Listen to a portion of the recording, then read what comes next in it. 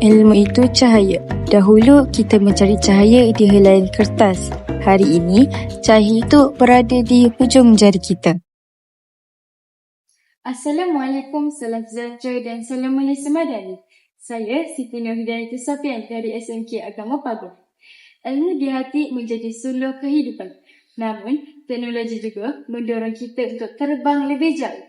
Dalam dunia serba pantas ini, sejauh manakah teknologi mampu mentransformasikan pembelajaran harian kita untuk menjadi lebih unik dan efisien? Mari kita terkai bersama.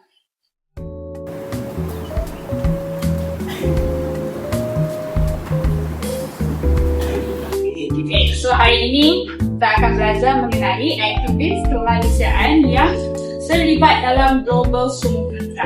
Okay, semua tahu tak antara aktivis ni siapa?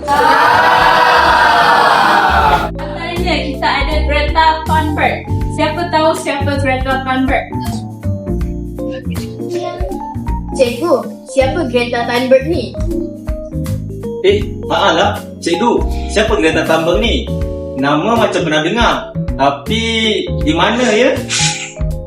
Macam mana saya nak tunjukkannya? Teacher, mari saya tolong teacher.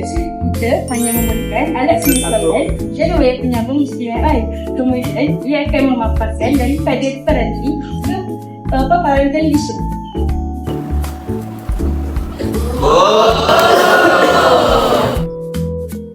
Tajuk Bila Drama.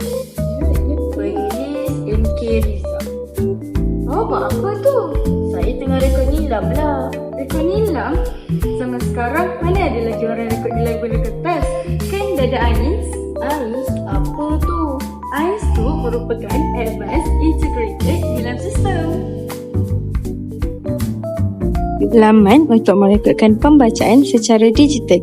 Dah tak perlu tulis dah. Dekat mana-mana je kita boleh rekod dalam AIS. Sebab teknologi sudah berada di hujung jari. Kempen jauhi istilah. Dah masalah apa Saya yang kabus lah. K. Kempen KK. Tak ada pun, susah sangat lah kamus ni. Kan sekolah dah sediakan kemudahan komputer dekat PSS. Dah pergi situ lah. Ramai yang salah faham. Mereka nampak kita cuma menatap skrin tanpa limit. Tapi sebenarnya, ada dunia ilmu yang sedang diteroka di sebalik cahaya ini. Teknologi bukan sekadar media sosial. Bagi saya, ia adalah makmal tanpa sempadan. Saya boleh buat simulasi kimia atau fahamkan pembelajaran di YouTube dengan hanya satu klik saja. Kesimpulannya, teknologi bukanlah pengganti kepada guru ataupun buku, tetapi ia menjadi pemakin yang memperkasakan potensi kita. Apabila ilmu di hati digabungkan dengan teknologi di jari, kita bukan sahaja belajar untuk masa kini, malah kita juga membina masa hadapan.